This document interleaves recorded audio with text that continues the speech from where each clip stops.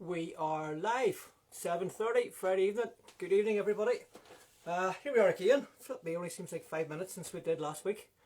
I'm really enjoying doing these chats, with Pete Seddon and Brett last week. It's really been enjoyable, and I think, from what I can see with all the feedback we're getting, and there's Brett, there's Mark, Toots McGee, and Gary. So it's just been lovely. Just like it's like a big family all getting together for a few beers on a Friday night and having a yarn. So we had Brett last week and we're talking about the Dinnie Stones, as you know. So tonight I've entitled this Mighty Mark and the Magic Minute. I was going to call it Toots McGee and the Magic Minute, but we'll get that. So we will. Mark Haydock. If anybody knows anything about the Dinnie Stones, you know about Mark Haydock. If you're involved in all-round weightlifting, you know about Mark Haydock. You know the guy is an exceptional athlete. Because I first came across him in around 2014. I was just starting to train for the Dinnies, sort of half seriously.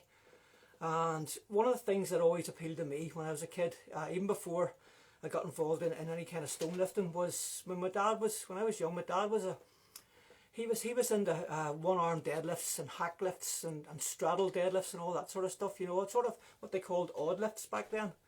And I remember thinking, when I started weightlifting, would it be lovely if there was something like that around now? But I wasn't aware of anything because all that had died out, particularly over Northern Ireland here. But I was over in Scotland picking up all my dad's weights that I got back off Tony Atchison. And I was chatting to Tony about it. I said, it'd be lovely if he could, do something in a one-arm deadlift, because it's a really good way to train for the stones. And Tony said, I think there's an organisation around somewhere that does one-arm deadlifts and all that sort of stuff. So I went straight on the internet poking about for it, and I found the International All-Round Weightlifting Association, the IAWA. They have been around since the early 80s, so it's not a new organisation. This is a well-established worldwide group of lifters who are into all sorts of lifting. There's Olympic lifting, there's powerlifting, you have your one-arm deadlifts, you have your hack lifts, your Jefferson lifts. There's such a variety of lifts available. When I started to investigate that a bit more, I came across Mark when I started to poke about on the internet, to see who all had been lifting the Dinnie Stones. Of course, I came across Mark. Mark was the first guy that I ever seen picking up the stones in a side-by-side technique and actually taking a few steps with them, which I thought was just off the scale, So I contacted Mark because I was getting instruction from Dad, and I had a chat with him. He's a really nice fella, and he gave me a lot of really good advice, particularly in the early days. So that's kind of enough about me. Well, let's make this about Mark. So, Mark, when you're ready, if you want to give me a wee request, there's it there, your request. I'm getting an expert in this now. Come on in, Mark.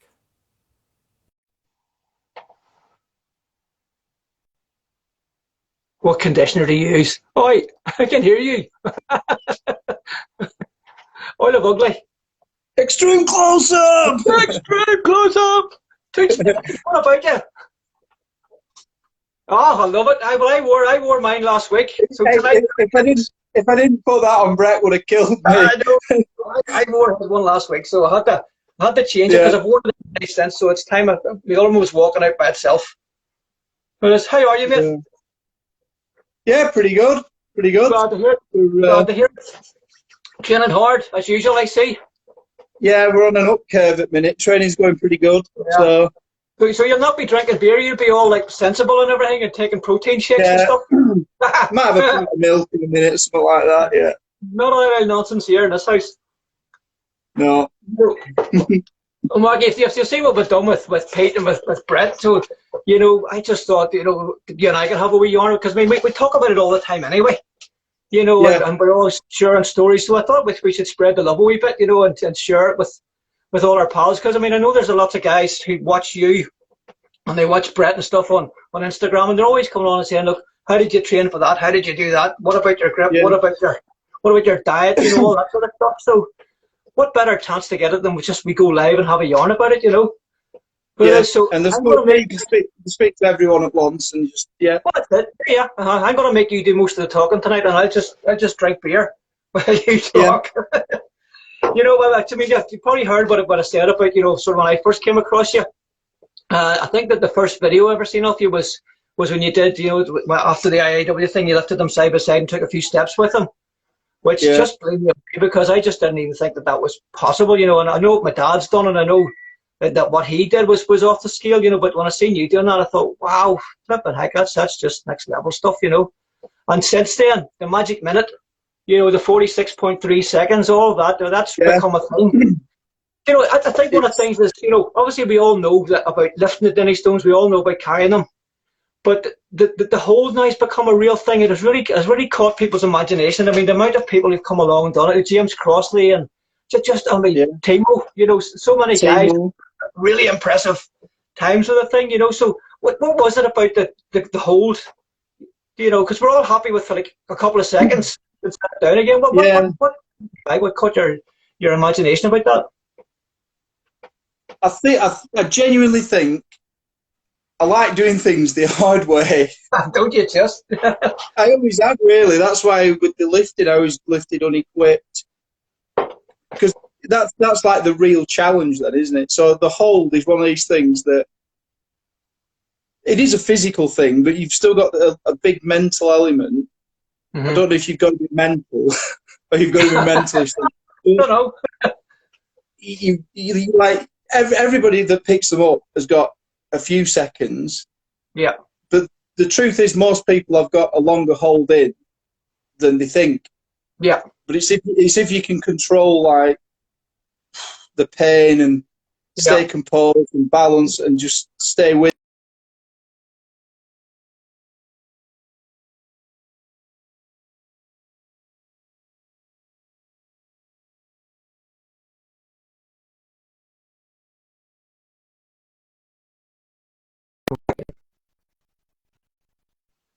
If it's my, I don't know if it was my.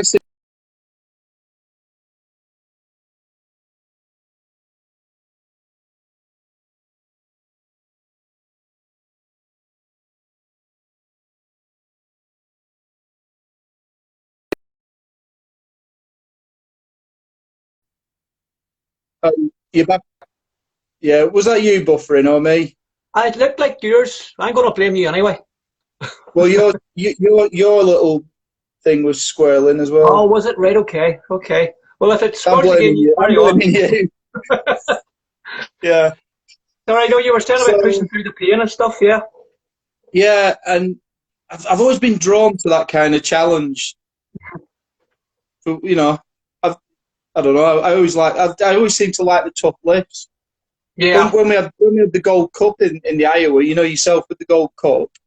For anyone that isn't familiar with the Iowa that's watching and listening, at the end of the year we have the Gold Cup, which if you've already got a world record or a British record, well, I think if you've a British record you can enter it as a silver cup, and if you've got at least one world record to your name, you can enter the Gold Cup. Yes. And the rule being, you could choose any lift you want, but you've got to open on the platform with a world record attempt.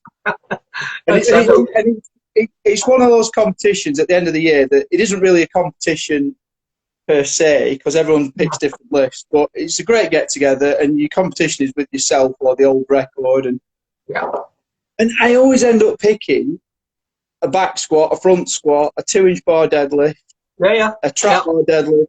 Whereas other people turn up and do like, oh, I'll do a one-arm strict curl. And you think, why am I not doing like a 25 kilo easy lift? I know. And then the guy sat in the corner having to bust myself.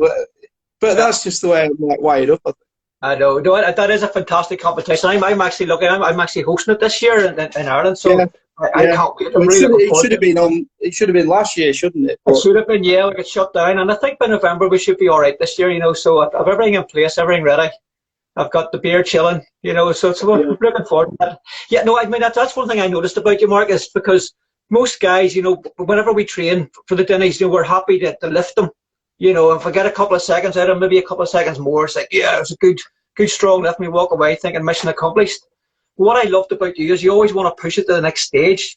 You know, and I mean things like, you know, just lifting the Dinnie Stones or just carrying them. It just never seemed enough for you. You always wanted to take it up a notch, and then when you got it up a notch, I want to take it up another notch. You know, and it's always it's like, when are you going to stop? You know, I can't see you stopping. I mean, I haven't. I mean, when I watch you training, you know, I mean, most of us 2-3 times a week, 45 minutes. You know, we'll push ourselves really hard and that, but you're like every single night. You know. Yeah, well, That would I'd be probably impressive. do. I'd probably do 3 big sessions a week, and then I'd probably do 2 to 4 little tinkery sessions, maybe half an hour, 45 minutes. But Yeah.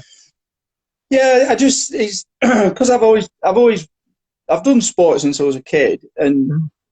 literally as an adult, I have Yeah. literally trained 3 or 4 nights a week all my adult life. So if I don't train, Yeah. it just feels like I've got part of my day missing, and then I feel a bit. I don't know. I start to feel really horrible if I Yeah. don't do something. You know, my So dad's exactly the I, same. He's done that since I was a kid. He is 3 times a week, Monday, Wednesday, and Friday, religiously yeah, since he's 85 and he still does it. He yeah, does 3 times a week. You know, it's not as heavy now, but still, you know. So still it's a way of life with you, obviously. it is, and I think as long as I'm physically able, I can see me training as long as I'm alive and breathing. I'll probably be doing something. Yeah. Oh no, yeah, obviously, and so you should, I think. You know, Yeah, I think because so yeah, because I've never liked the idea of not being strong. And I yeah, think as you get older, it's even more important to stay strong because as you get older and things get harder and things start dropping off, yeah, you got to yeah. stay strong to be able to be independent when you're old, haven't you? Like, It does help. I think it gives you a good solid ground going into your sort of later years. I mean, I'm not a kicking the arse off 60 now, you know. So I mean, it's nice for me to feel to still because I was always strong when I was a kid and I didn't really yeah, train much. You know, I had a wee clip in about 1997 where I took a thing which left me paralysed. You know, and I yeah. was really, really, really weak after that. And it took me a long time to get it back, but it actually motivated me to get strong again because I was like, I used to be Well, able to beat all the big guys. you'd had a taste of the other Yeah, option, hadn't you? and So, I didn't like not feeling that at all, you know. And you know, obviously I've taken it to ridiculous sort of lengths now, but I mean, I still always wanted to get that strength back, and always, I don't know, it's just a male thing, or yeah, maybe it's a human thing because I mean, there's so many strong ladies about now too who are really pushing the yeah, boundaries out, you know. How it is. yeah, So, yeah. what about this minute? When did the minute come into your head? You mean I know you. I mean, you held them for 10 seconds, then you held it for 20, and then you pushed it out to 30 odds, and then 46.3. But I'll be deadly honest with you. As what the day I saw Timo, because we've got to give like Timo is a serious dude. yeah, he's a I mean, serious grip. Yeah, he looks like a villain out of Die Hard, he does. but he He is, does. but he He is will a, know that. Yeah, he's an absolutely lovely, he's a lovely guy, and he's a yeah, serious lifter. His Timo, and we were up one weekend, and I remember he was up the first time we ever went up, that's right. and he didn't attempt the 2 stones together. And I said, "Why are you not doing it, Timo? Because his grip is unreal." And he Mm-hmm. just said, "He said I'm not strong enough to pick 333 kilos up." So he said, Okay. "I'm not even." He didn't attempt it, but he picked the big stone up. I Mm-hmm. think he used three fingers, and he picked the big stone up. Yeah. And then when he came back over 3 or 4 years or whatever it was later, Mm-hmm. he'd obviously trained, and Yeah. I think he held him for 31 seconds in his bare feet. And perfect. Yeah. Yeah. It was incredible. No, it was. And right then, I just thought, yeah, I'm having a bit of that. If Timo if Timo could do that, I'm going to do it. And then I just thought, well, it's got to be a minute now, hasn't it? Because Oh yeah.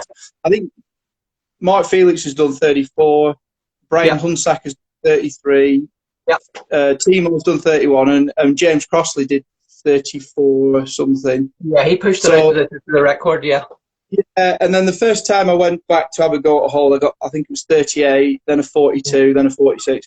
So with a few people having done 30, and 30 is a serious time. Yeah. I just thought, well, we've got to hit the minute now to really do something Yeah. I mean, worth doing. that's when that happens, and it will happen. I have no doubt that it will happen. But it's just Yeah, seems. I mean, I remember once. I mean, this is not about me, but I just remember once when I was training on the rings, and I picked them up one night, and they just felt really comfortable. So I just held on for a yeah, few, and I managed to. I think it was in around 10 seconds, but I remember what that felt like. You know, everything. yeah, I mean, I started to breathe just to get the pressure out of my head. I remember my yeah. shoulder, what it felt like on my shoulders, just everything was just getting squashed, you know. So when I see somebody doing, you know, 15, 20, 30, and You then know it. Yeah, you've been through that. Yeah, just going, oh no, I don't want to, it's terrible. You know, so I mean, I'm cringing for you, but at the same time, super impressed. You know. Yeah, it is it's a total body thing, and I've played around with. I think the first one I did straddle the first Yeah, hole. you did this right. Yeah, yeah. I think it was 38 something, and I did do it at straddle, and it was okay, but I'd always done side by side lifts. Whenever I've done lifts, they were always side by side, and I just thought, I wonder if I could do a better hold straddle. So when I came up to have another crack at it, well, when I was training, I thought, let's go side by side and just see how that feels. And instantly, if you see a lot of people can't do the pickup side by side because it's a longer pull. But the minute you get upright, Yeah. although there is an imbalance, you haven't got that twist in your hips and shoulders, and you can breathe properly. Whereas when you go straddle, you feel like one of your lungs, the heavy storm coming across, just seems to shut one lung down, and you seem to like sag quicker. Right. So side by side, if you can get the pickup side by side, I think it's the way to go because you just feel like you're in a more balanced. Yeah. I mean, I suppose, whenever you're picking that sort of weight up, you know, I mean, it's a heavy weight in anybody's book. I mean, no matter who you are on this planet, you know, picking up 332 kilos, it's a lot of weight. So it is. Even we've seen Eddie Hall, we've seen Branshaw, you know, that even those guys at the level they're at, you know, when they pick them up, I mean, it's a lot of weight. So all of a sudden, you've all these pressure. How the hell do you train for that? You know, I mean, we all train to pick them up. You know, do you train grip? Do you train your tendons, or is it just a whole body training thing, you know, or is it a mind thing? Train everything. Yeah. I mean, I do a lot on the trap bar because obviously with the trap bar, I lift that evenly. Yes. But you can do holds on it. You know, you're working. I'll train that with an open-handed grip. Yeah. And like if I was focusing on like, if on the trap bar session, if I'm doing say trap bar lockouts at 16 or 18 inch. Yeah. If I'm doing singles, I'll hold everyone for 20 seconds or 25 seconds and just go up. If I'm doing say sets of 3 or 5, I'll do the reps, and then the last rep of the set will hold that for 20 seconds. Yeah. You're just building endurance, really. Yeah. In everything, your hands, your shoulders, your traps. Yeah.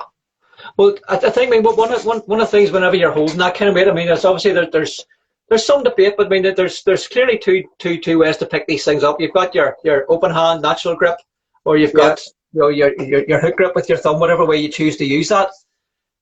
For me, I mean, if I was going to train my grip, I'm not entirely sure I would train this because it puts so much pressure on your thumb. You know, once you can do that, you can do it. You know, obviously you warm it up on the day and you condition it, and it's I find it fairly comfortable when I get full weight. But I think if I was kind of training at those sort of weights for those times in a hook grip, for example,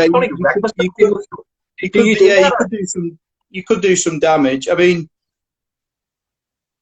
I'll train the rings open hand. I'll train them hook because you've got to keep mixing it up. Because you see, if you train it hook, obviously you're training the hook set and the pain on the thumb. But if you train it open handed, then you're building the finger strength because you've literally you're just holding it in a cup, aren't you? So I train both. And with the trap bar, I never hook on the trap bar because I just train it with like an open grip. Yeah, me too. And, I mean. The trap bar is an amazing implement, you know. It is. I mean, it's a lot of fun too. It is. Yeah. I remember coming out to your place.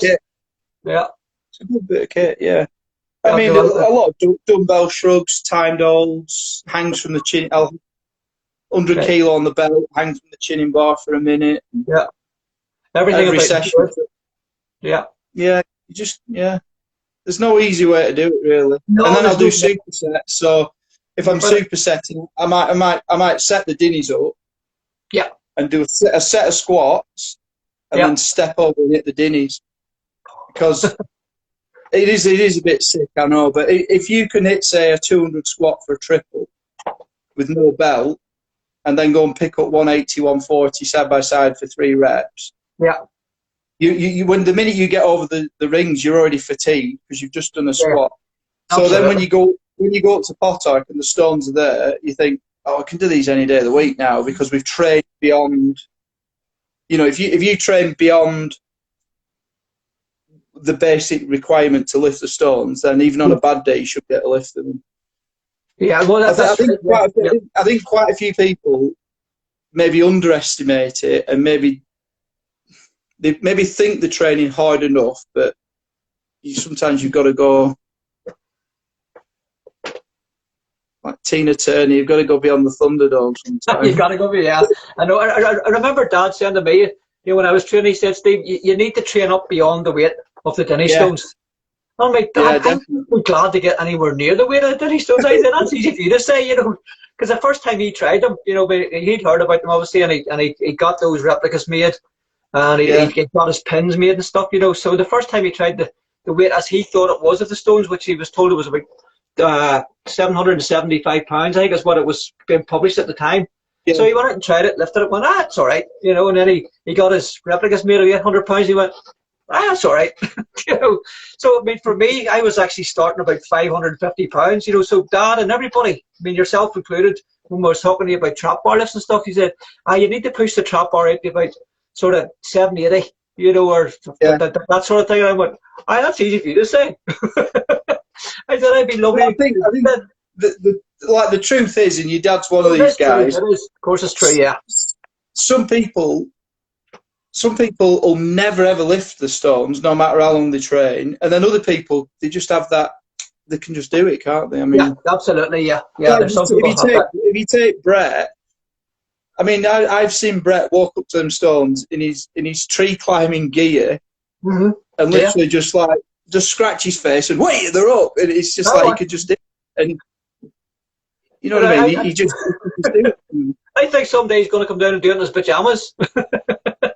Makes it look so easy. You both do. That's the thing. I was saying this to Brett last week.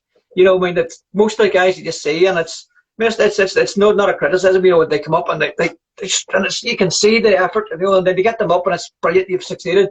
But there's some guys come up, and it's like yourself and Brett. And I remember my dad when he was training you, just take your position, put the thing on it, just stand up. Yeah. It's an amazing thing to see, because when you see it, you know that it's. That this isn't smoke coming out your ears lift, because for me it was. There will always be smoke coming out my ears. But I mean, it's so impressive to watch somebody stand over and nice and calm and just boom, stand up, and it's just it's the coolest thing ever to see that, I think side by side as well. I think one thing that that's helped me personally. See, I've been weightlifting for over 25 years now in competition. So if there's something coming up and I've done the training, mm-hmm. it's just I'm just going through the motions really, because I've got that much practice at doing things. Yeah. Obviously, you get some people, they may have done the training. When they get to the Stones, they start questioning themselves and doubting themselves and wondering if they don't know. And the minute you can't afford to have any kind of negative thoughts like that. You can't. And, well, one of the things that surprised me. That takes time and experience, I suppose. But. Yeah, well, it does. I mean, I've been performing on stage now for about 40 years, so. Yeah, so you being in won't get front stage. of people at the big event doesn't really. I mean, you still feel it, you care about doing a good job, but it's just not that I'm standing at the side of the stage, breaking it every time I go on stage. Yeah. But the Dinnies did that to me, and it surprised me, because I thought, I'm not worried about the performance side of it, when I turn up, I've done the training and I know I can lift the weight. But I have to say, I think it was how big it was in my head, with the family connection and all the stuff, particularly the first time, but every time I see those Stones, it's just a massive, I think it's just the amount of respect and magic. In my whole head is magic, man, yeah. And that's where this magic minute is. I'm so looking forward to that, because in my there is magic. I've always said it. There's magic in there is some magic up there. I don't know what it is, but there is.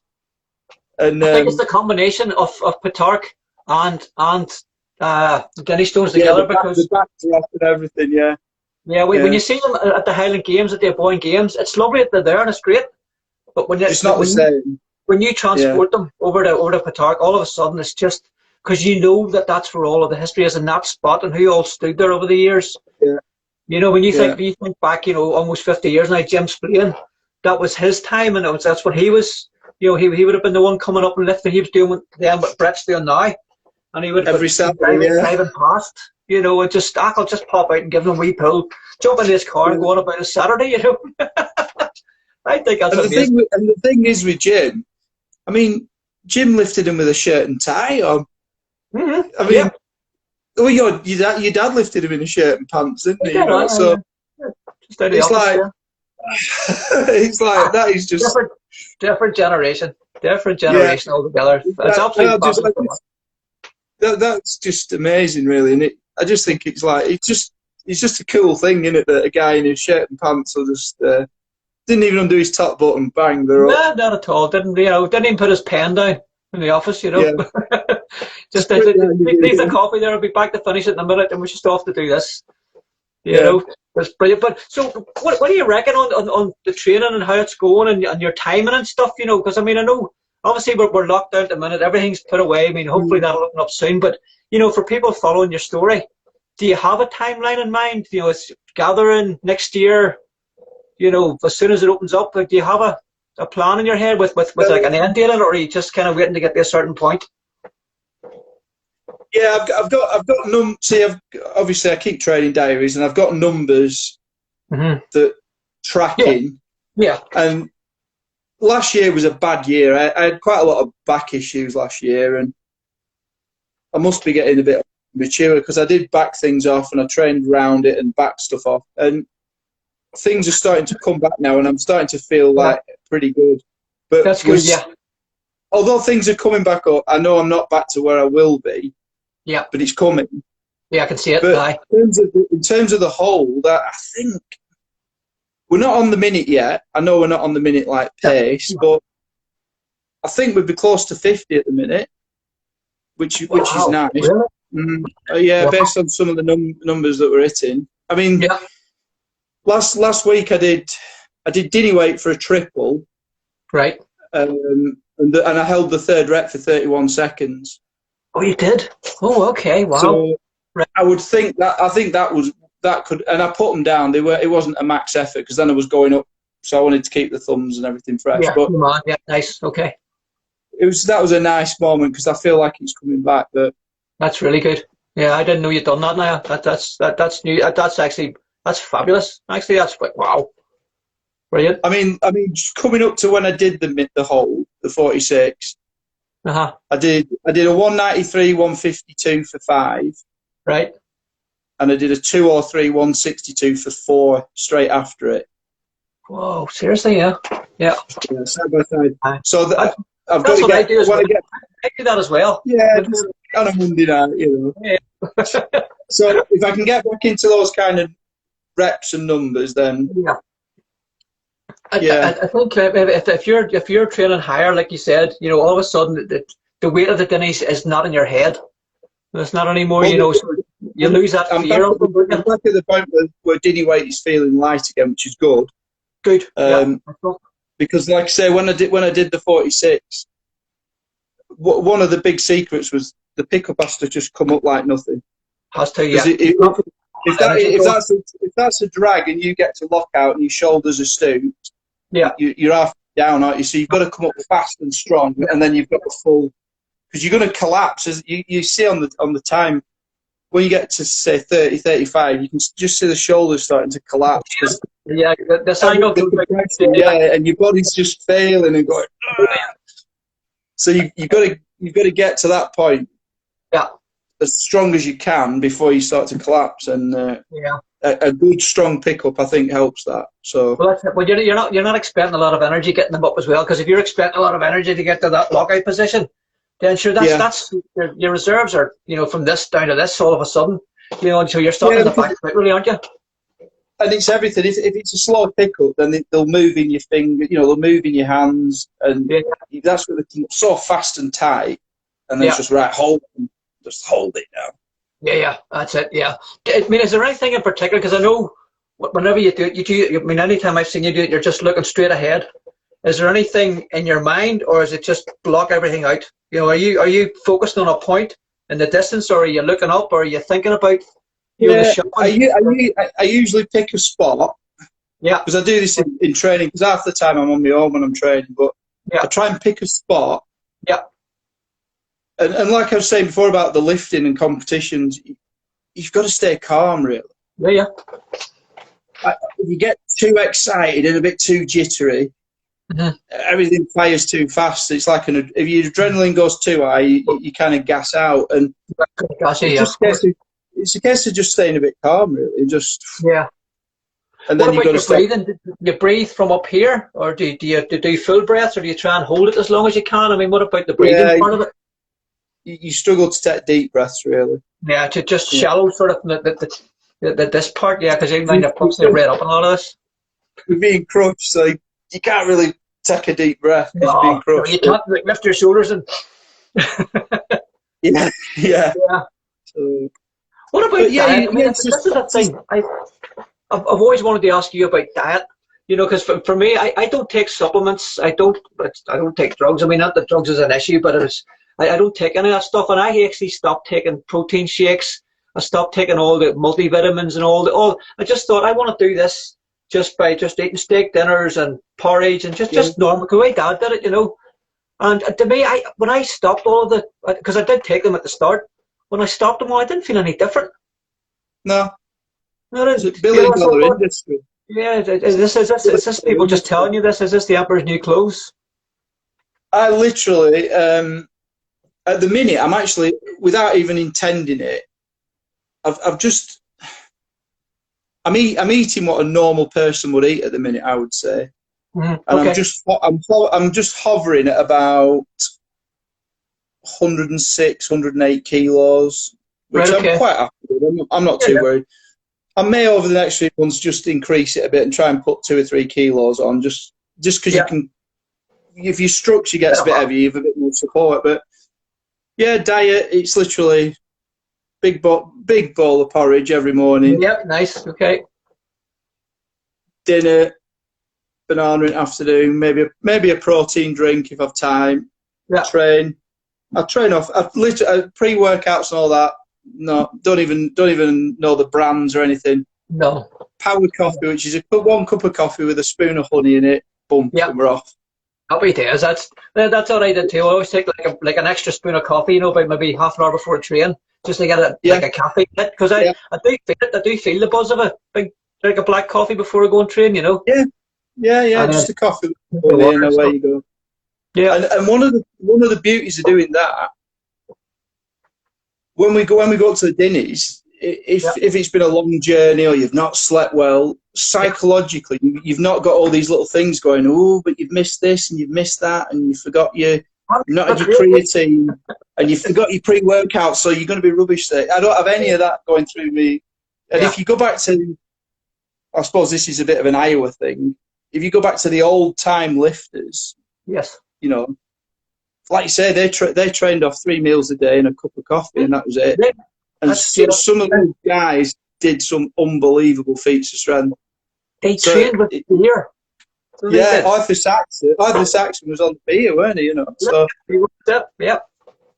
And I mean, I don't know if James Fuller's watching over in America, but James Fuller's a big fan of the all-round lifts. And if you take Arthur Saxon, the record he set in 1908 has never even been close to being broken. Really? Wow. And I don't know if he was 13.5 stone, maybe 14 stone when he did it. Right.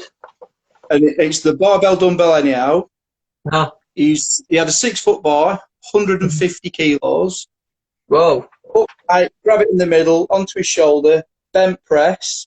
Yeah. And as he went down with the bent press, he picked up a 52-kilo kettlebell, walloped that up to his other shoulder, and stuck that overhead. So it was 202 kilos, and nobody's got. That's crazy. I mean, 150 kilos. I mean, in anybody's language, when you're holding that in one hand, even just trying to lift it off the ground, it's a lot of weight. And the bent press is a tough one. And there's actually a story regarding that lift and Donald Dinnie. And the story goes, as an individual bent press, he did 170 kilos. But when he did the two together, he did 150 and 52. And Donald Dinnie heard about this lift because Arthur Saxon was like There were 3 or 4 guys that all claimed to be world's strongest man, like in the circus newspaper type thing. I am the world's strongest man. And Dinnie read about this Arthur Saxon guy down in London who was the world's strongest man. Yeah. And he read about this lift, 170 kilo, one-arm bent press. And Dinnie basically wrote to the newspaper saying, this guy's a charlatan, it's rubbish. And Arthur Saxon read it, and he was like, he probably put his pipe down for a minute. He went, "Fuck Joe, I'm not having this." So he wrote back. They communicated via the newspaper. He wrote back to the newspaper, "You can tell Donald Dinnie, I'll pay for a train ticket. He can come down here and I'll lift it in front of him." So Dinnie actually went on the train down to London, and I think he did 160 kilos, one-arm bent press in front of Dinnie, and they weighed the equipment, and Dinnie witnessed it. And then, like, they kind of shook hands, and Dinnie was like, "Yeah, you are a strong dude." Yeah. But I suppose that's how it was done. Now it's done on the internet with keyboard warriors, isn't it? But it is. It's quite a cool story, really. But yeah, stories, but because I mean, a lot of them. I mean, there's some of them you can and you can't verify, but there's some of them are verifiable, like that one. You know, where you have. I mean, Dinnie was there, and all the relevant people there. But and because like they corresponded through the newspaper. I don't know if it was the Times that they wrote these letters through the newspaper. That was social media. Yeah, we're going back to like 1908, 1910 when this happened. Dinnie used to fall out with people via the newspaper. Yeah, his brother. Well, that's what he was trying out with it. Yeah, I mean, I've read James Graham's book recently, and I mean, I've read a lot of stories about Dinnie over the years, but I mean, his gave such a wide, range of stories from different sources, and reading how him and his brother-in-law, used to pick a fight, and then they would actually carry it into the paper, into the press. So one week Dinnie would say this, and then it would be rebutted next week, and then he would come back the week after. So that was your original social media. That was your original fallout. Yeah, Fleet Street. Yeah. Brilliant. So what about the Dinnies? What actually got you? What was it when you first heard about the Dinnies? How did you get involved in that in the first place? Right. The first notion I had of the Dinnies was a guy, you'll probably know him, Roger Davis. Yes. No, Roger. Yeah.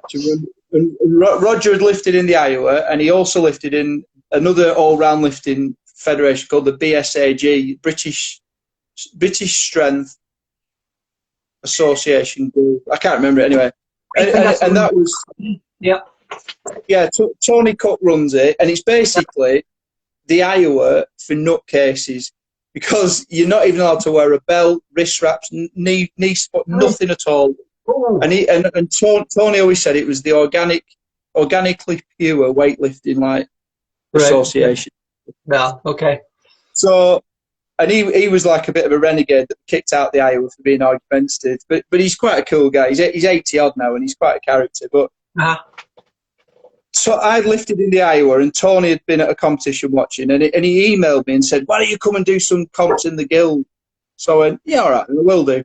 And Roger Davis was lifting, and the main competition that Tony used to run was, he called it Britain's Strongest Man, and it was based on the 5 lifts that they used from about 1890 to about 1935, 38, something like that, to decide Britain's Strongest Man. Okay. And the 5 lifts were one-arm barbell snatch, one-arm barbell clean and jerk with the opposite hand, so you couldn't just use your dominant hand. Yeah, okay. 2 dumbbells clean and push press. This is without any equipment at all. Yeah. Continental clean and jerk, so you could put a belt on for that, and then deadlift was the last lift. Right, wow. And I just thought, that looks like quite a cool comp. And Tony has this spreadsheet with literally 400 or 500 lifters on. Herman Gorn is on it. They're all on it. All these guys going right back. Charles Wrigley, they're all on it. And they used to run this down in St Albans, so I said, "Yeah, I'll come and have a do at that." And Roger was there lifting, and we just got chatting, and Roger was on about this. He had a 2-year training obsession to do the Dinnies, and he finally did them. Yeah, I remember seeing the snow, wasn't it? In the snow. Yeah, he missed it, and he went back up, and then he got them, and he said, "I'm done with the Dinnies now." He said, "You need to have a go at the Dinnies." So I was like, "Well, what are they?" And he lent me the rings. He had a pair of training rings that he got from David Horton. Uh-huh. So I went, yeah, I'll have a go. And I just said to him, well, what weight are they? And he was like, 188, 144. Right, okay. And I kind of half listened to that, and I just thought 190, 150. Yeah. Just free, you know. So I came home like after the competition, and then 3 or 4 days later, went in the garage. And because my back was a bit tentative, I didn't consider this straddle. I just thought, I'll put the heavy one in my right hand, other one on the other side, and just deadlift them up. Okay. So I put 190 on that one and 150 on that one. So it was like 192, 152. Set them up. Yeah. Oof, yeah, that felt all right. And then Roger rang me up. I didn't think anything of it. He goes, have you done anything with them Dinnie rings? Yeah, I had to go on Wednesday. How'd you get on? What did you do? So I just said, well, I put 190 on that one and 150 on that one. and then he kind of went quiet, got a bit annoyed with me and said, oh, you bastard, you know, I've been on them for 2 years. Yeah, and so then it was like, oh, B-A-S-T-I-D, yeah. Sorry? B-A-S-T-I-D, bastard. Yeah, yeah, like Sean Bean would say, you know, bastard. And then I think a year or two later, we had a Gold Cup in Glasgow with the Iowa, and George Dick, who's no longer with us, and Andy Tomlin and Matt Finkel, they started emailing people a few weeks out and said, who wants to go up and have a go at the Dinnie Stones on the Sunday? Right. Yeah. So I was like, oh, then Dinnie Stones. Yeah, go on, I'm up for that. So that was it. We went up on the Sunday, and that was when I did the... So you'd never really trained for them? You'd never trained straddle? You'd only ever kind of had a pull side by side at that point whenever you went up and did that? That's amazing. Back to my point. Yeah. That first lift was just based off just raw powerlifting, really. Nothing else. Yeah. Yeah, because I mean, whenever Dad was exactly the same. I mean, that's why I keep sort of drawing a parallel with you guys, because he didn't know what way you should stand with him. You know, I just thought. I suppose I just took it as a logical thing. I'll put the heavy one on my strong side, and I just square them up, and that just seemed to make sense rather than twist it. I never thought to twist about and mess about with them and put one here and one over there. I think that the straddle thing for my dad came with talking to David Webster, because he did a lot of back and forth with David Webster, and there was a story kicking around that Dinnie had done an article, and he used to talk about the stones clunking together. Now, obviously, if you're side by side, they don't clunk together. You have to get that straddle. So I think David had put two and two together back then and sort of said to Dad about that, you know. But that's incredible. The very first time you tried them and picked them up side by side, because I remember Dad and I were talking about your lift one time and about the side by side thing. He says, I never even thought about side by side. You know, he said, I would love to have had a go. And I would have loved to have had a go at the hold, and I would love to have had a go at the trap bar. I wish he was around now training with us, with all the stuff that we're doing, all the how much I loved it, you know. We would have. You know, I have regrets. I have no regrets in my life. Everything I want to do, I always have a wee go at it. You know, I never leave. Because you're only here once, aren't you? You know. Yeah, but I just regret that Dad didn't meet you and guys like you. You know, because he just trained on his own. I mean, it was just him in the garage. There was nobody else even was remotely involved in this, you know. So it was a solo kind of adventure for him, you know. But it would have been lovely to just, because you and me and Brett and all the guys and Jamie and all that, we're all always hanging out and taking the piss out of each other. But it was still, you know, it's like a brotherhood, you know, where we're doing this together and sharing stories and techniques and stuff, you know, and doing things like this. You know, I just wish Dad had got the chance to be involved, but he's loving watching it all. He absolutely loves it, you know. Yeah, that'll be us one day. Oh man, I tell you what. I mean, I think that the last time that I pulled the full weight of the Dinnie Stones, I think it might have been Kansas. Yeah, you know, over at October 19. Yeah, I think that's I mean, I always keep my hand in and around about sort of the 280, 600 and a bit mark.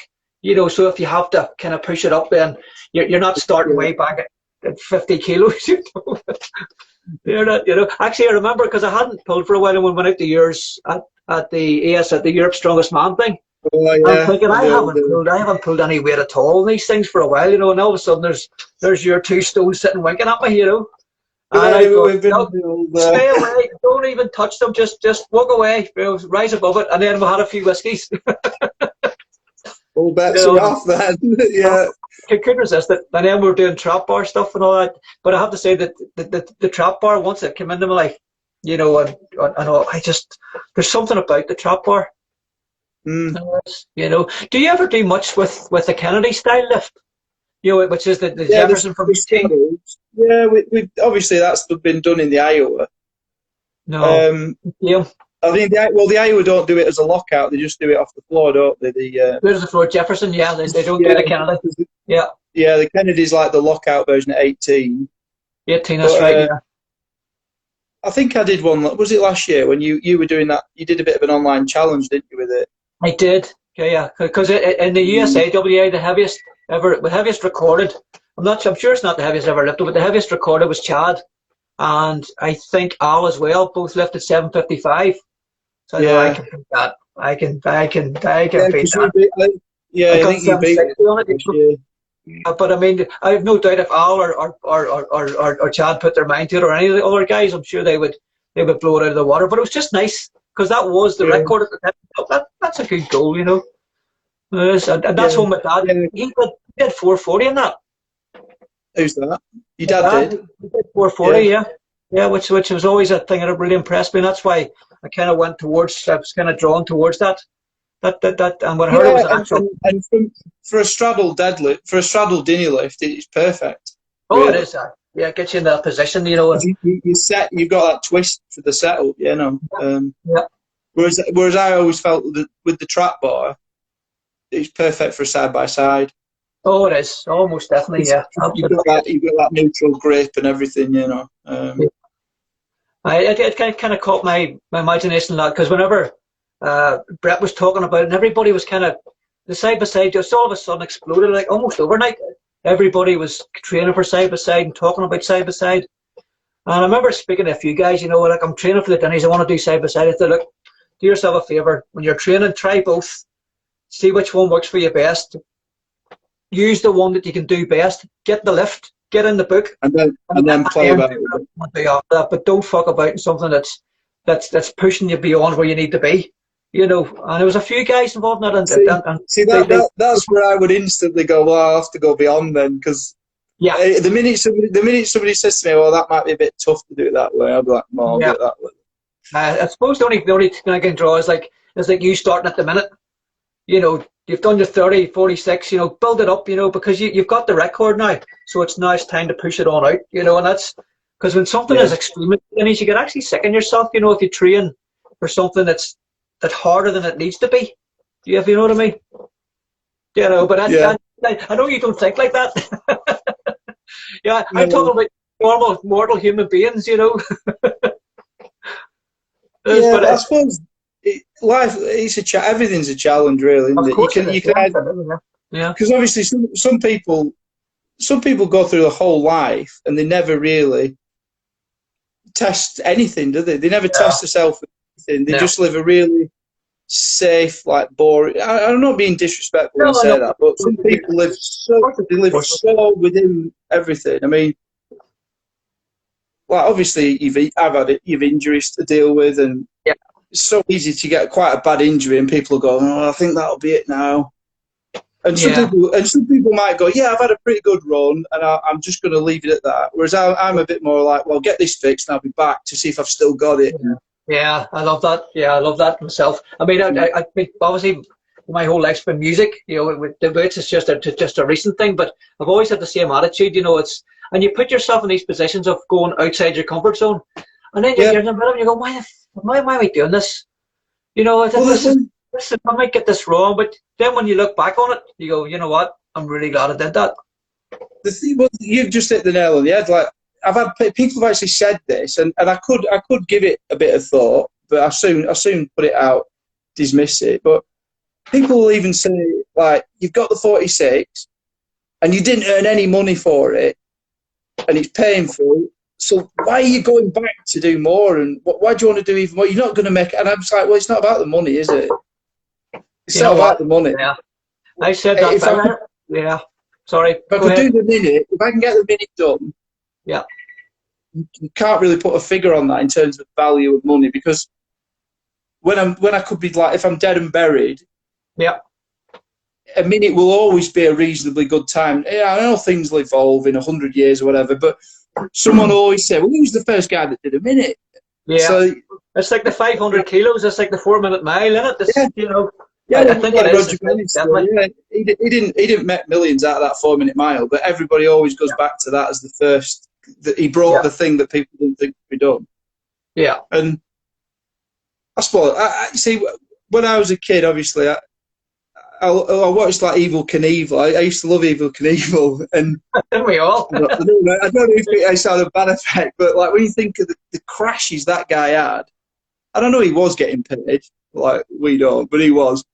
But even like when he did a famous jump, and he was at the top of a ramp, and there was a full stadium, and he'd said, "I'm doing this jump," Yeah. and one of his guys that was setting up the stunt just Mhm. came over to him. He's literally sat on the bike, and he says to him, I've looked at this over and over again. It's just not safe.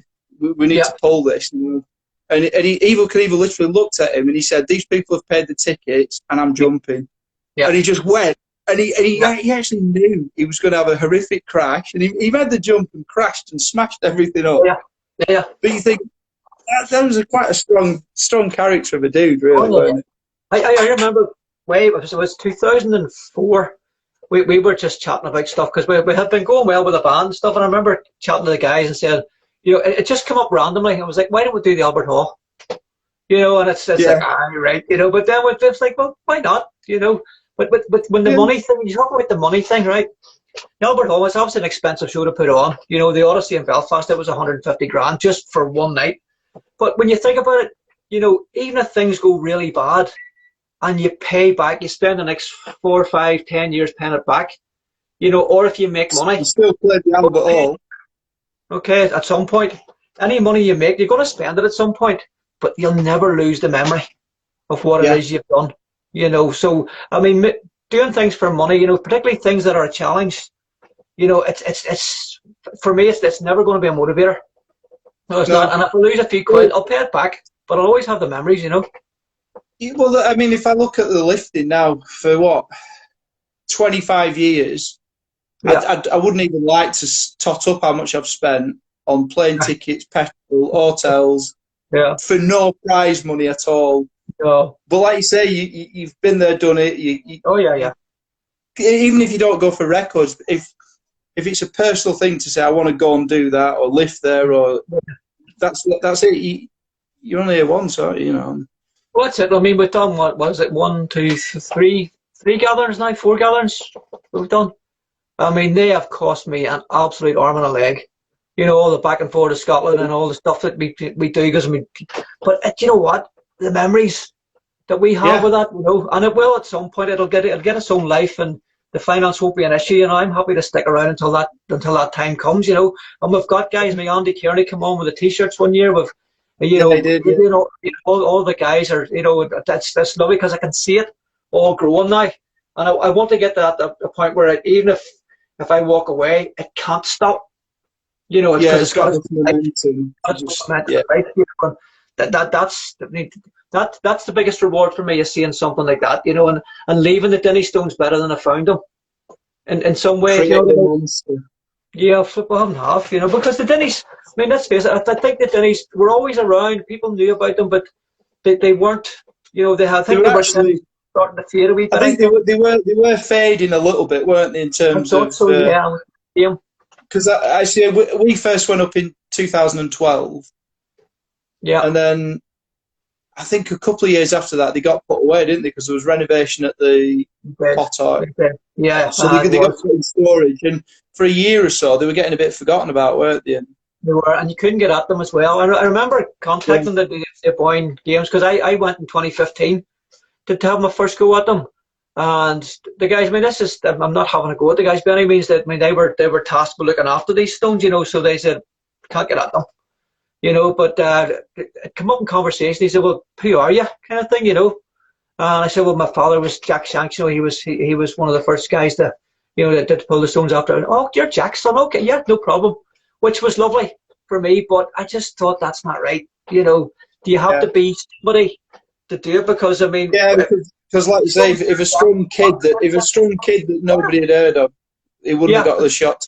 Well, he's putting the same work in as I'm putting in. You know, so I mean, and that's why we formed the committee, and that's why we've got all this stuff in place now, and that's why the gathering came along. Is to make it inclusive. You know, I think because Yeah. stone lifting's a brotherhood, we know that. You mean, how many friends have we made just purely out of lifting stones? You know, Yeah. so we have a brotherhood now, and it's an inclusive brotherhood. It doesn't. You don't say no to people. You say, right, how can we Well, yeah, facilitate this? like you say, we have got this group of like best friends that is literally Ah, spread out, like brothers. separated by water, and Yeah, you know, yeah. I mean, it's like if you take Brett, I literally speak to Brett every day, Me too. Yeah. and I mean, we've been staying at his house, and it's like a home from home, really. When I go up there, I feel. I don't know. I just feel everything's right when I go up there. I just feel like I can just stay, you know, Well, like you go up there and Lynn will come out. Here's a brew, bacon butties are on. Yeah, And everything. break it down to me. Whenever I come off, when I get off at Aberdeen and you go up that carriageway and then you turn left, it's like a veil comes down, and you go into the trail and you're in this wee country road, and it's like, for me, it's like break it down, you know. And then you get to Brett's house, because that's where it's all happening now. You know, I mean, yes, there's stuff happening. The actions happening at Brett's. Yeah, with these walking stones, they are going places now. I mean, obviously we've got Tom and Luke were on them first, and then they've been in Europe's Strongest Man. Felix has had another shot on them at the record. I think Lawrence Charlet's possibly having a go at it. Yeah, aye, he is. I think Andy Black and Connor are on about coming and having a shot with them. So Jamie Gorion's in flat out training for him. So the thing with Jamie, when he pulls the pin on something, he's going for it. So just go for it, yeah. And I'm sure that. Well, I think Stuart Murray's going to use him in Scotland's Strongest Man. That's definite. Yeah. And then it looks like they'll probably get used in another Giants event whenever these things get back to normal. But there's no question about it. Brett's got guys in America now pinging in messages like, when I come over to Scotland, I want to come and have a do on these things. And they literally look at those now just the same as the Dinnies. Yeah, yeah. You know, and walking the doors now. You know, they're now, because people are sitting there now thinking, I might be able to catch Luke Stoltman's record. These guys are in World Strong, you know, might feel it. So, and it's an accessible thing, really, because Brett isn't going to kind of stop people in the that Falcon might do. You know what I mean? But yeah, absolutely. I mean, the thing about it is, what I love about this is, I mean, from our wee corner and our wee group of guys, I mean, it's now crossed over into the world stage. You know, I mean, Europe's Strongest Man. You know, I mean, Colin Bryce, I mean, fair play to him. I mean, he's put those stones on the map. But that's kind of our wee domain. Where we were just working away, a bunch of pals. Now all of a sudden, the top athletes on the planet. You know, whenever I see Terry Holland actually, you know, with rings loaded up and actually training to do Brett Stones, I'm like, wow, that's brilliant. Brett started that, and really, like you say, all these top strongmen now they've been influenced by like Brett Nicol. Yeah. And really, we've got to say this, because I know Brett will be listening, and Lynn might be listening. But Brett really needs to thank Lynn publicly for letting him use her stones, because those stones belong to Lynn. Yes. And she only has Brett around to move them. They are Lynn's stones. Yes, they are. I know Lynn loves those stones, despite what she might tell you when you go up there. Oh, you think so, do you? I should not forget that. I'm convinced of it. I think Sam loves your stones just as much. She does. Yeah. I'm between a rock and a hard place, because when I go up there, Lynn's like, please take some stones. And when I come on, Sam's like, you better not have brought more stones on. Did you say rock and hard place, Sarah? See what you did there? I did, yeah. Brilliant. No, listen, I mean, there's so much, whenever all this lifts, I mean, we're going to talk about, you know, when the stones are lifting, because I know you probably get as much as I do where guys are saying, look, when can I come and even just attempt the stones, you know, at the minute? Yeah. You know, well, a mate of mine who lives over at Bolton, John Taylor Training on Instagram. Yeah. He's been smashing it in his kitchen. He has. too. he messaged me the other night, and he just said, "Can you like mention like if Stevie knows when we might be allowed to go and lift, because obviously with restrictions and so on." Because I mean, I think he's done 350 or 360 now, straddle. So he's kind of ready. He's ready to go, and he's itching to get up there and have a I know.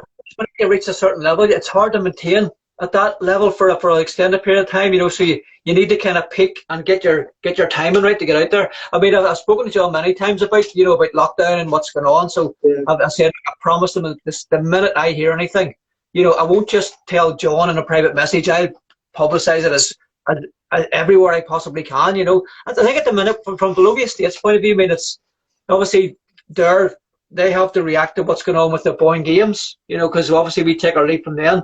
We don't know if a Boyne's on or off at the moment. In terms of actually even just opening the Stones for guys to come and try it, I mean, the owners are very clearly, look, we can't until we're allowed to. So, but I do keep in touch with them. So the minute that I get any kind of an inkling, even that there might be a date, of right, guys, stand by, start training, get yourself ready. It's coming. And then when I get the date, then we're off running. Yeah. I mean, I've just had a message there from Ricky Bobby from Talladega, also known as Ricky Morell. Hi, Ricky. Yep. Ricky is going to be a phenom, because I don't even know if he's 19 yet, and Ricky's done I think it was 355 in my shed. Yes, I remember. Aye. And I mean, the guy's like 60 odd kilos, and he was 18. Incredible.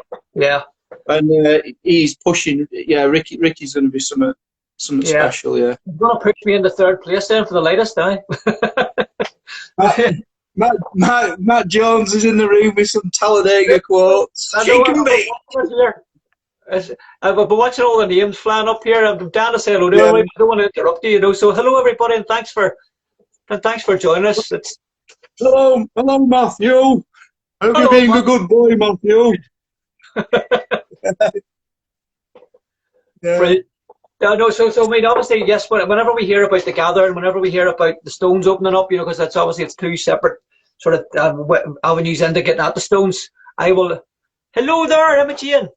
I'll open it up for everybody. I'll make sure everybody knows. I'm sure Brett will publicise it. You will. We will all put it out there. Yeah. We don't leave anybody hanging whenever it's available. So fingers crossed. I got my COVID jab 2 days ago, so I'm on the TikTok. Have you grown a tail yet? And every time I walk past the TV, it tunes in the Radio Luxembourg. Yeah, I mean, I don't think I'm going to have it, because it might affect my strength. It might affect my pull and my grip. Okay. I don't care. Anything that gets me back to the pub. I just take anything. Bring it on. I'm just looking forward to the World Open again, Mark. I mean, I'm okay. I mean, I'm happy at home with Heather. I've got Hamish. I've got all my weights out the back. I've got my drums up here. I mean, I've got everything like I could need, but I just want to get out and get into the world and see my pals, and it's long enough now. I'm ready. To get back. Someone's just pinged a question up saying, how much porridge do I eat? Oh my goodness! Right. A bowl about that big. I usually have like a small mixing bowl of porridge. Yeah. Because it's the best meal of the day. Slow release carbs. And then I usually put like 1 scoop of protein powder in. And sometimes I'll put some bits of like dried bananas and all that, mix it up, a bit of milk, probably nearly a pint of milk in it, mix it up, and I just eat that dry, cold. Yeah. You don't heat yours up. Yeah, if you cook it and it goes like all firm and hot, I'll be there till dinner time eating it. So yeah. Oh, I was because it's a lot of porridge. Like you wanna. I stick honey in mine. I like the honey in mine. It's lovely. Yeah, a bit of honey on. Yeah. Oh, good. See, there he is. Pete said, and that's my breakfast too. But Pete's a Wiganer. No better man. Yeah. He's another Lancashire lion. Josh Gorilla Brown, another Lancashire lion. There's something in the water in Lancashire. You think so, eh? I'm going to have to go down and try the water then. That's a Wigan breakfast there from Pete. I don't cook it either. Brilliant. So what about the IAWA, Mark? Have you any plans? I mean, is it all about the magic minute, or have you more plans to kind of take over the world in the IAWA, or have you done so much in there? Has it been possible to do even more than you've already done? Because I mean, I think that there's a number of lifts in the IAWA that do hold the heaviest weight ever lifted. Yeah, I had a good run in the Iowa, and I won a few worlds, and you know the overalls at worlds, and like I say, set a few big records. But I'm not done with the Iowa, and I'll probably go back. You know, like I was doing the grip comp every February in the shed. Yeah. So at the minute, yeah, this last 2 or 3 years, this Dinnie thing's become a bit of an obsession. Yeah. It's hard to just kind of spread yourself in it. Yeah. When I was younger, I was doing the lot. I'd do BSAG, Iowa, BDFPA.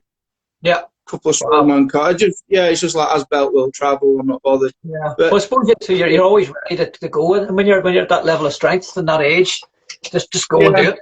Yeah. So I mean, I was 46 nearly 2 weeks ago now. So I'm still young, and I don't feel like in my head I feel like I'm about 25. Me too. I don't feel like I've no intention of like winding down and stopping. So, but the truth is, you can put 2 or 3 really big sessions together in a week, and whether you like it or not, you're going to need a couple of days to just pinch a bit more rest. Aye, and recovery is a big thing for me. Like just before Christmas, I had Mark Felix. When Mark was training to go and have another shot at Brett's walking stones, and Mark was coming training because he only lives 4 or 5 miles away, and he came training a couple of times. And obviously, Mark is like, he's just the miracle man, as Colin Bryce calls him, because the guy's 54 now. Yes. But you know, I was chatting with him because obviously I'm nearer to Mark's age than like a 21-year-old. Yeah. And I'm saying to Mark, you know, because he has a physical job as well, he's plastering, and he just said to me. He said, I never feel guilty for taking an extra day's rest.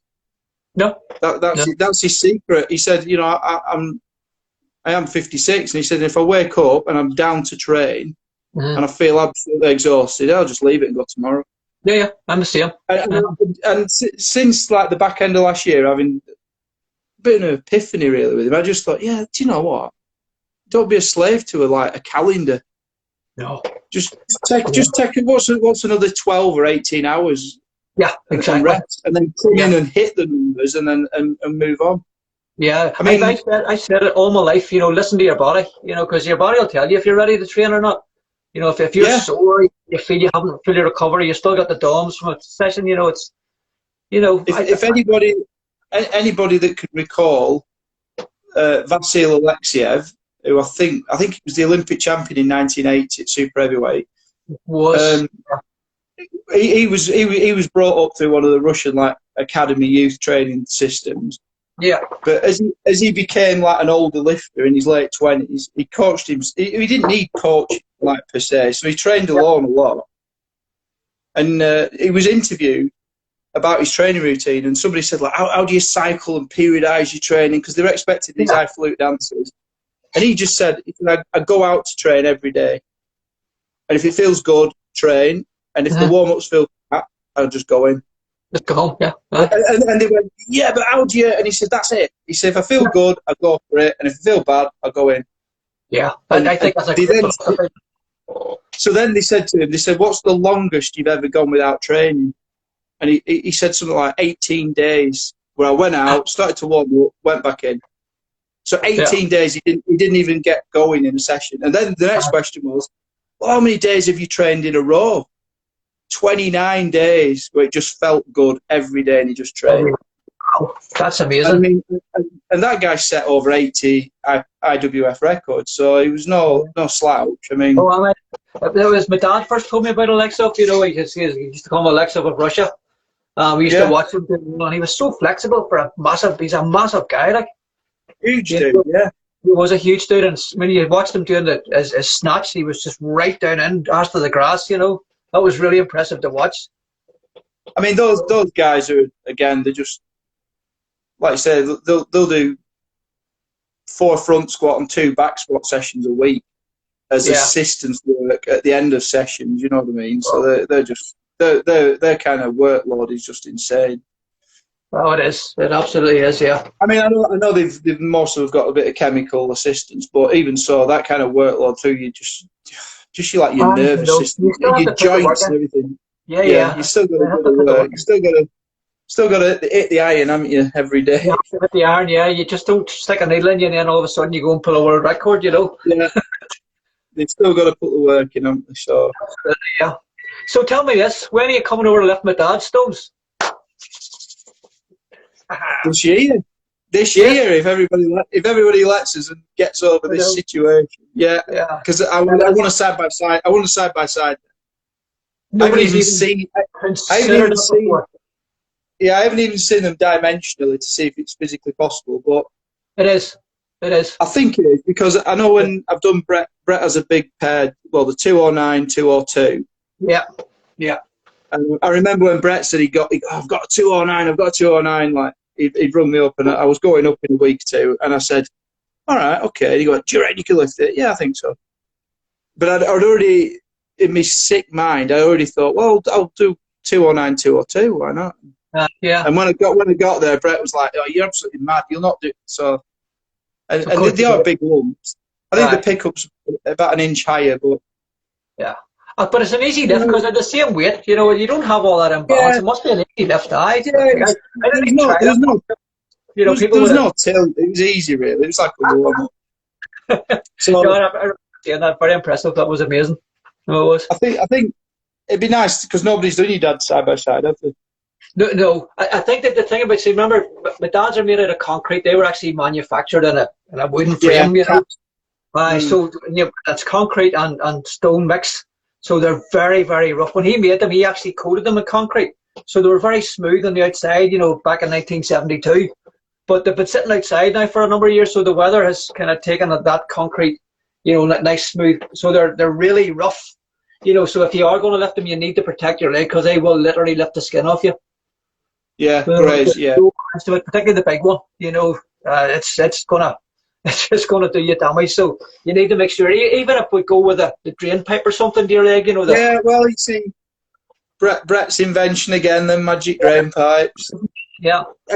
The thing is with those drain pipes, I remember before Brett said, like, he rang me up one day like he does. He was like, "Oh, I've got this absolutely brilliant idea," and he made a set and he tried them and he was like, "I'll send you some."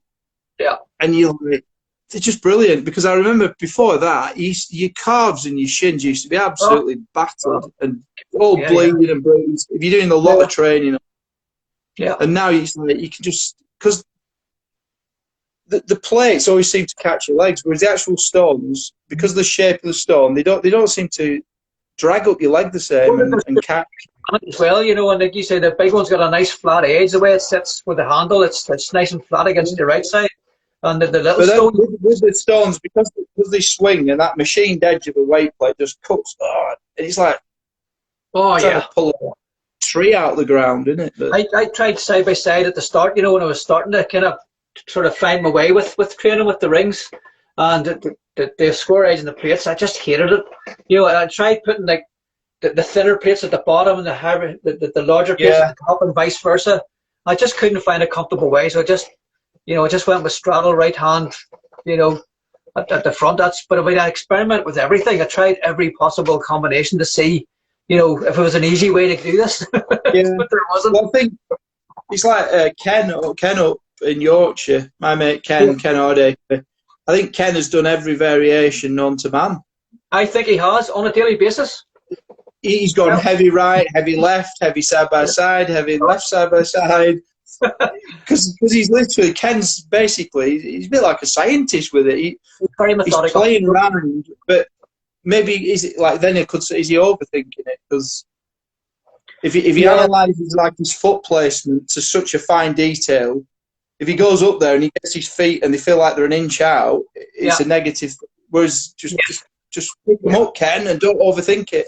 Yeah, we've got But different triggers. Yeah. he's a strong guy though, is Ken, because again, Ken must be turned 50 now, and he's only like 80 odd kilo. He's not the heaviest guy in the world. No, he's a strong dude. Like, I mean, he's very strong off the He's floor with a bar. he's a really strong guy, is Ken, and every now and again he comes over and I give him a cup of Lancashire tea, and he goes home a bit stronger. Yep. I was going to give him some advice, just say eyes closed and a loose grip. Off you go. That's what I teach people when they're playing. Eyes closed and loose grip. Brilliant stuff.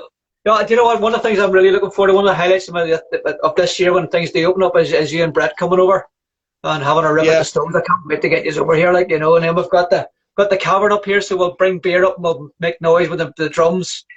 There's all sorts of cool stuff to do over here, motorcycles and stuff, beer. We'll get a bit of David Coverdale on and we'll be away. Yeah. So I'll invite him over, sure. If you've got his phone number, why not? I don't think he'll lift his phone. Absolutely, yeah. No, listen, we have so much to look forward to, Mark. But I have to say, I cannot wait to see you hit this minute, because I know you will, and everybody else knows you will. It's just, I think everybody's question is just when, Yeah. It's not a matter of when. This COVID has bought me a bit of time. It's not been. Yeah. Yeah. And I've bought a window of time to push now, but yeah. I mean, it'd be to do it in August at the gathering, but as soon as the restrictions are lifted, I'll be up and having a crack at it. And I don't know. We'll see what we've got. If it does, at the minute I'm completely full in the gathering. I mean, I've all the athletes chosen for for the games, and I've everybody, all the slots filled for the Dinnies. But for something like this, we'll find time for you. We will. I mean, I only need a minute. I only need a minute, Stevie. Well, there you go. Well, you actually maybe need about a minute and 10, because we need to kind of get set up. No, listen, we will find space for you, pal, definitely. And something like that, I mean, that's something that we gotta, it's like whenever Josh came up to do the carrying stuff, and all those kind of things where just, that's to me, that's what the gathering is about, it's just bringing the thing to the next level and doing things that people remember, You see, Josh lives really close. He's literally 5 or 6 miles away, and what is he? I don't know. I mean, there's an open invite for Josh to come and train here, and he can practice walking. I don't know if he's still on for doing the walk, but yeah, I mean, I think Josh has a set of rings, but obviously I've got stones that he can practice on. Yeah. And but at the minute, everything's just so difficult to get everybody in one place. And training's difficult. Yeah, but yeah, Josh is welcome. I mean, really, while I'm on, with regard to, say, the Dinnies and Brett's walking stones, because, like I say, Felix was training here before Christmas because I have a couple of stones. Brett's got me quite a few stones over the years. Yeah. Now, I have one that's 132 and one's 124, so we could soon get them set up as like nickel walking weight. And if anybody within driving distance wants to come and train, they're welcome. Just send me a message, get on the phone, or ping me a message. Yeah, we'll set it up with an open door, kettles on, come and train. Yeah, that's magic. You know what? I have to say, I mean, it's the same here. I mean, obviously, I'm in Ireland, so I'm probably removed from most folk, but anybody on the island here that wants to train, I mean, you, me, Brett, we all have all of the stuff. We've got the experience. Yeah. We know people safe. Brett's so good with everybody. The amount of time he puts in and help and effort and gets people bits of stones and sets things up, and it's a labour of love. And then like Gordon Ingram. Gordon's always making stuff for people, and he's made the rolling. Matt Jones christened it the Gordon Thunder. I mean that handle is harder than the Rolling Thunder. It's mental. Oh, that's brutal. I've tried it a few times. It's brutal. I think it's like, say, we've got this good community where everybody helps one another, and yeah, I love that, because nobody's trying to outdo each other. Well, obviously, the thing with me stone lifting, it's never been like a bit of competition. It's a personal challenge. But having said that, we're all athletes, and we do like the competitive side. So that's why we got the Donald Denny Games now, Well, as I think the Donald Denny Games, that's just only going to get bigger and bigger over the years. I just can't wait. I haven't really said much about this yet, but I actually have the first Irish Donald Denny Games set up for July this year. It's in Glenarm Castle, which is on the Antrim Coast Road. It's a beautiful setting. So I have 12 athletes there, all Irish. And everything's good to go. We're just waiting for COVID to lift, and if that happens, we're going to run that. Just permission, yeah. Yep, and hopefully we'll run the gathering, and then we're going to have the Celtic Games, which is the top 3 Donald Dinnie and the top 3 in Scotland, and the top 3 Irish. So it is, and then it'll be a team thing, so it won't be who comes first. So it'll be the total score of the 3. Might even go for 6. I don't know. I haven't really thought it through, but I just think because Donald Dinnie used to come over to Bray in Ireland with all the Scottish and take on the Irish in Bray, which is just below Dublin, on the Irish coast. So I thought, well, why not just bring something like that back as well, So we'll call it the Celtic Challenge. So it's the Scots versus the Irish. Of course, the Irish are going to win, but it's good that the Scots can kind of feel like, that they're competing and they're invited, Yeah.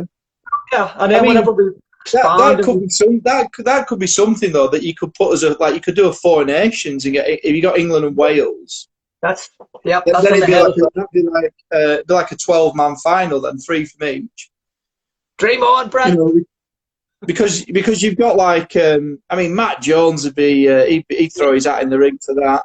Yeah. Yeah. And if he didn't, Chloe would take his hat off and throw it in for him, wouldn't she? Yeah. So I think he'd compete for him. She'd win.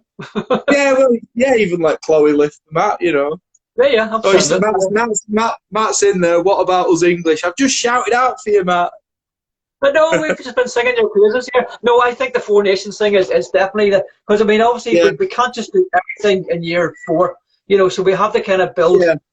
My plan is the Celtic Challenge and then 4 nations, and then maybe when we get Donald Dinnie Games Global, that we have the Donald Dinnie champion from each of all the nations that compete globally, and then we have one big massive.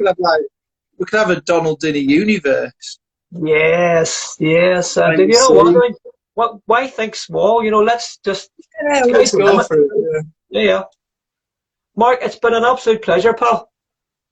Yeah. Always love talking to you and Brett because it's your enthusiasm. I feel the same, and I just love it. But we'll have to do this again. Definitely, yeah. I think I'm on some Dinnie stuff tomorrow, so. Brilliant. I'm not promising any magic, but you never know. You just never know what might happen. Yeah. Well, I always keep it behind your page. It's where you're at. Anything could happen. Yeah, and what about Brett now with his pressing? I've seen him last night on the. I think I've been chatting with Brett a little bit this week, and I think he's been a bit fed up recently with the weather, and he's busy with his work. Yeah, he's just started to get the fire going, and he's on with this. He's got this stone pressing thing in his head. Yeah, it's a good thing. Yeah. To say he's only just started back on it, he's looking really sharp, and I think could be an Inver job. Press the Inver. An Inver job. That'd be nice to see, actually. Yeah, because I remember Andy Kearney doing that, and it was a one motion job. It was amazing to watch. It was. So Brett, I don't know if Brett just put that in then, or it might have been Lynn pretending to be Brett that he's referred to as a T-Rex. I seen the T-Rex emoji coming up earlier on there.